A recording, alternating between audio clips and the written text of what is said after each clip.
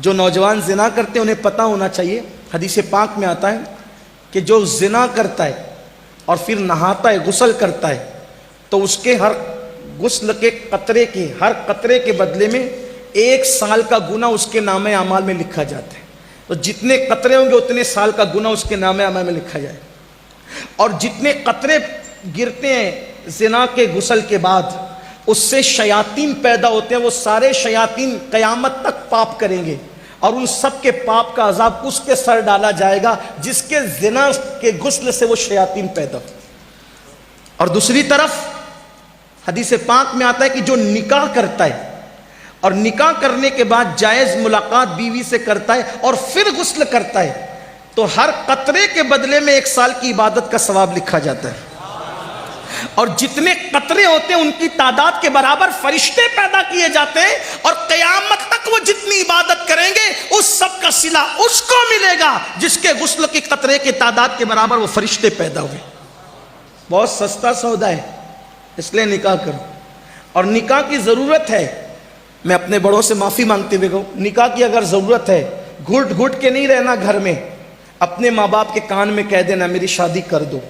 یہ کوئی بری بات نہیں۔ چھپ کے زنا کرنے سے اچھا ہے، چھپ کے زنا کرنے سے اچھا ہے کہ ماں باپ کے کان میں خود نہیں کہہ سکتے، بھابھیوں سے کہلوا دو، بھائیوں سے کہلوا دو، دوستوں سے کہلوا دو میری شادی کر دو، یہ کوئی گناہ نہیں۔ کچھ لوگ کہتے ہیں شرم آئے گی، اگر کوئی نوجوان کہتے میری شادی کر دو تو عورتیں باتیں کرتی اللہ اس کو کیا ہو گیا، یہ پاگل تو نہیں ہو گیا، یہ ہمارے خاندان کی روایت تھی، اتنا بدبخت نکلا، اتنا مجرم نکلا، اتنا گندا نکلا، کہہ رہا ہے میری شادی کر دو۔ میری بہن، زنا سے تو بہتر ہے نا وہ کہہ رہا ہے میری شادی کر دو۔ میں اپنے جوانوں کے ساتھ ہوں، میں تمہارے ساتھ، کہو اپنے ماں باپ سے، اور ماں باپ سے کہتا ہوں میرے بھائی اس سے پہلے کہ تیرے بچے تجھ سے کہے میری شادی کر دو، تجھے کر دینا چاہیے۔ ہاں، کچھ لوگ کہتے ہیں مولانا کھلائیں گے کیا؟ میں نے کہا اللہ رزاق ہے، جو مرغیوں کو بھوکا نہیں رکھتا وہ تیری بہو کو کب بھوکا رکھے گا؟ اور جس رسول نے فرمایا صلی اللہ علیہ وآلہ وسلم کہ نکاح کرو مالدار ہو جاؤ، میرا تجربہ ہے جس نے بھی نکاح کیا وہ مالدار ہوا، شرط یہ کہ گناہ چھوڑ دے نکاح کے بعد۔ ہاں، اور بیٹیوں سے بھی کہتا ہوں، بیٹیوں سے بھی کہتا ہوں کہ اگر ان کو یہ حاجت ہو کہ ان کا نکاح ہونا چاہیے تو وہ کسی کا ہاتھ پکڑ کر بھاگنے کی بجائے وہ شرافت کے ساتھ اپنی ماں کے کان میں کہہ دے کہ میری شادی کر دیجیے، یہ بھی کوئی عیب نہیں، بیٹیوں کے لیے بھی ہے، کیونکہ جتنے حقوق بیٹوں کے اتنے حقوق بیٹیوں کے۔ جام نگر والوں یہ نہیں کہنا میں بگاڑنے کے لیے، واللہ کسی کا ہاتھ پکڑ کر بھاگنے سے تو اچھا ہے نا کہ تیرے کان میں تیری بیٹی کہہ دے کہ میری شادی کر دو۔ یہ کوئی جرم نہیں ہے، یہ کوئی گناہ نہیں ہے۔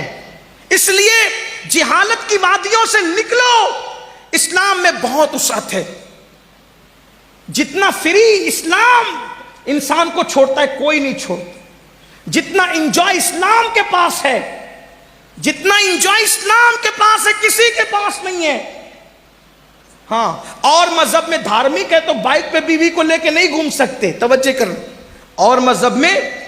آدمی دھارمک ہے، مذہبی ہے، بیوی کو بائک پہ لے کے نہیں گھوم سکتا۔ میں نے کہا چھوڑ یار، ایسا دھارمک پن کیا چیز، میرے نبی نے تو سنت بنا دیا بیوی کو اپنی سواری پر بٹھانا۔ اتنا انجوائے ہے کسی مذہب میں؟ اوروں کے یہاں تو بیویاں ہی نہیں ہیں، اسی لیے سفید داڑھی ہونے کے بعد بھی